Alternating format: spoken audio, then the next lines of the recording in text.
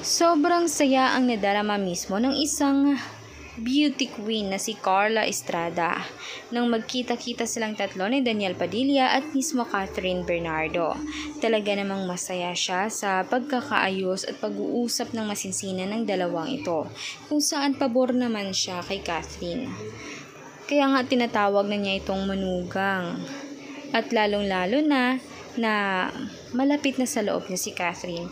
Isang mabuting bata o isang best friend ng mga anak niyang babae at talagang mapag-alala kay Daniel Padilla. Kaya wala naman siyang hinahangad na iba pa, lalong-lalo na si Andrea ay hindi niya iyon gusto. Hindi siya pabor kay Andrea. Pero malaki ang crush ni Andrea kay Daniel dahil tinatanaw niya itong isang ultimate husband or husband material at talagang andyan na umanong lahat kay Daniel. Siguro nga sa sobrang crush niya ay nakuha niyang makipaglandi, makipagkita at talagang ahasin itong si Daniel kay Catherine na kung saan ay maling-mali talaga kahit saang punto ng mga nakikitang palusot sa kanya ay talagang mali siya. Kaya naman for more videos, updates, mag-subscribe, i-like at share.